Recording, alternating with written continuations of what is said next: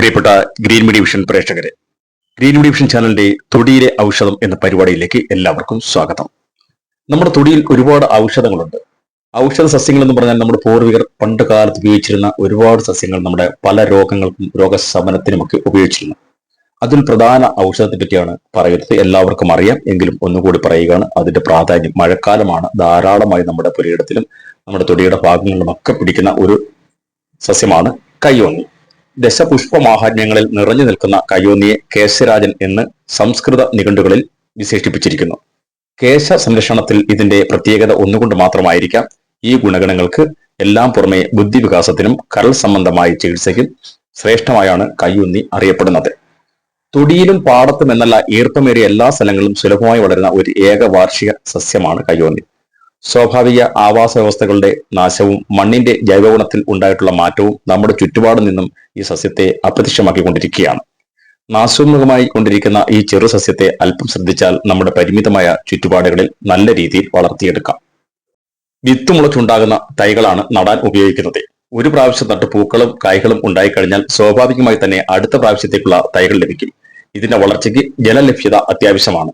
അതിനാൽ ഈ ലഭ്യതയ്ക്കനുസരിച്ച് കിണറുകൾക്ക് സമീപത്തോ ടാപ്പുകളിൽ നിന്നും വെള്ളം ഒഴുകിപ്പോകുന്ന ഭാഗങ്ങളിലോ കയ്യോന്നി വളർത്തിയെടുക്കാം.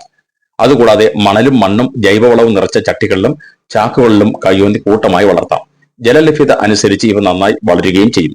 ഇങ്ങനെ വളരുന്ന കയ്യോന്നിയിൽ നിന്നും ആവശ്യാനുസരണം തളിർപ്പുകൾ മുറിച്ചെടുത്ത് ഉപയോഗിക്കാം. എന്നാൽ കായ്കളുമായി മൂത്ത് അടുത്ത വർഷത്തേക്കുള്ള തൈകൾ ലഭിക്കുവാൻ കായ്കൾ അടങ്ങിയ കുറച്ച് തണ്ടുകൾ നിലനിർത്തേണ്ടത് ആവശ്യമാണ്. വലിയ ഒരു ഔഷധ കലവറയാണ് കയ്യോന്നി. കയ്യോന്നി എണ്ണ കാച്ചിയും താളിയാക്കിയും മുടിയിൽ പുരട്ടിയാൽ മുടിക്ക് നല്ല വളർച്ചയും കറുപ്പും ഉണ്ടാകും. കയ്യോന്നി സമൂലം ഇടിച്ചു പിഴിഞ്ഞ നീര് 5 മില്ലി വീതം 3 നേരം പതിവായി കഴിച്ചാൽ കരൾ, പ്ലീഹ എന്നീ അവയവങ്ങൾക്കുള്ള വീക്കം ശമിക്കും. കൂടാതെ ദഹനം വർദ്ധിക്കുകയും മഞ്ഞപ്പിത്തം, നിശാന്തത എന്നിവ ശമിക്കുകയും ചെയ്യും. തലവേദന, മുടി കൊഴിച്ചിൽ, കാഴ്ചക്കുറവ് എന്നിവയ്ക്ക് കയ്യോന്നി ഇടിച്ചു പിഴിഞ്ഞെടുത്ത നീര് എള്ള് എണ്ണയിൽ കാച്ചി പതിവായി തലയിൽ പുരട്ടണം. 1/2 ഔൺസ് കയ്യോന്നി നീര് 1 ഔൺസ് ആവണക്കെണ്ണയിൽ ചേർത്ത് രാവിലെ ഒന്നിടവിട്ട ദിവസങ്ങൾ കഴിക്കുന്നത് ഉദരകൃമി നശിക്കുന്നതിന് ഉത്തമമാണ്. മോണവഴുപ്പുള്ളവർ കയ്യോന്നിയില വായിലിട്ട് ചവയ്ക്കുക. തേൾ വിഷത്തിന് കയ്യോന്നി അരച്ചിടുകയും കഴിക്കുകയും ചെയ്യും. കയ്യോന്നി കഷായമാക്കി കഴിച്ചാൽ അതിയായ രക്തസ്രാവവും ആർദ്ധികവും ശ്രമിക്കും. കയ്യോന്നി നീരിൽ കുരുമുളക് പൊടി ചേർത്ത് കഴിച്ചാൽ ശരീരത്തിലെ നീര് കുറയുകയും ചെയ്യും. രോഗപ്രതിരോധ ശക്തിക്ക് കയ്യോന്നി നീര് ദിവസവും 1 ടീസ്പൂൺ വീതം കഴിക്കണം. കയ്യോന്നിയുടെ വിത്ത് ഉണക്കി പൊടിച്ച് കൽക്കണ്ടവും നെയ്യും ചേർത്ത് കഴിക്കുകയും മീതെ പാൽ കുടിക്കുകയും ചെയ്താൽ ലൈംഗിക ശക്തി വർദ്ധിക്കുകയും ചെയ്യും. കയ്യോന്നിയുടെ പല ഗുണങ്ങളും നിങ്ങൾ അറിയാതെ പോകരുത്. തലമുടി വളരാനും ധാരണ നിയന്ത്രിക്കാനും ഉള്ള കയ്യോന്നിയുടെ കഴിവുകൾ മിക്കവാറും എല്ലാവർക്കും അറിയാം. ശൃംഗരാജ് എന്നും അറിയപ്പെടുന്നു. ഉദരകൃമിക്കും ശരീരവേദനയ്ക്കും വളരെ ഫലപ്രദമാണ് കയ്യോന്നി. വ്രണങ്ങൾ കരിയുവാനും കയ്യോന്നി ഫലപ്രദമാണ്. അതുപോലെ തന്നെ മൈഗ്രെയിൻ ബാധിച്ച ആളുകൾക്ക് കയ്യോന്നി ഉപയോഗിക്കുന്നത് വളരെ പ്രയോജനകരമാണ്. ഇത് ഉപയോഗിക്കുന്നതിലൂടെ മുടിയുടെ എല്ലാ പ്രശ്നങ്ങളും, മുടി വളർച്ചയ്ക്കും കൊഴിച്ചിനുമെല്ലാം ശമനം ലഭിക്കുകയും അതുപോലെ തന്നെ കരളിന് നല്ല ടോണിക്കായും ആയുർവേദത്തിൽ കയ്യോന്നി ഉപയോഗിക്കുന്നുണ്ട്.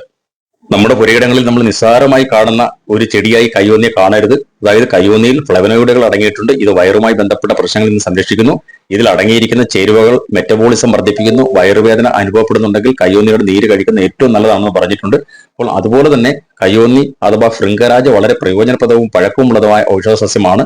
കയ്യോന്നിയിൽ അടങ്ങിയിരിക്കുന്ന ഔഷധ ഗുണങ്ങളെക്കുറിച്ച് ധാരാളം പറയുവാനുണ്ട്. അപ്പോൾ ഇനിയും അടുത്ത തൊടിയിലെ ഒരു ഔഷധം എന്ന പങ്ക്തിയുമായി വീണ്ടും എത്തുന്നതായിരിക്കും.